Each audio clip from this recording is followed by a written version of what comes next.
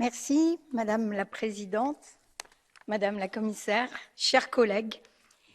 Il n'y a aucune raison pour que la valeur ajoutée d'un quelconque médicament soit différente entre deux États membres pour une situation médicale identique.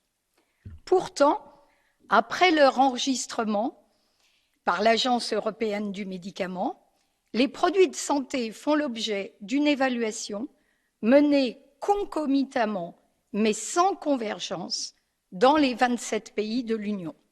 Ce manque de concertation génère des coûts inutiles pour les 27, un risque d'inéquité lié à des préoccupations économiques différentes, mais surtout, compte tenu de la lourdeur bureaucratique répétée 27 fois pour un même industriel de santé, un retard à la mise à disposition des innovations pour les patients.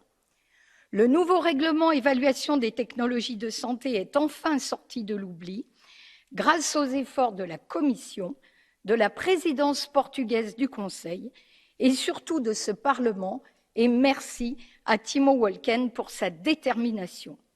Il va permettre de démarrer enfin des évaluations communes centrées sur la science, alors malheureusement pas avant 2024 et malheureusement pas pour toutes les innovations, mais c'est un premier pas et un premier pas très important pour l'Europe des médicaments.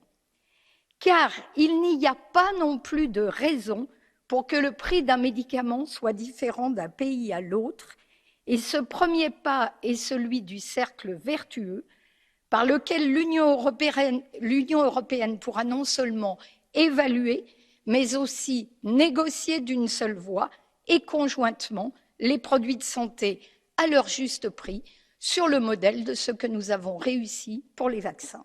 Je vous remercie.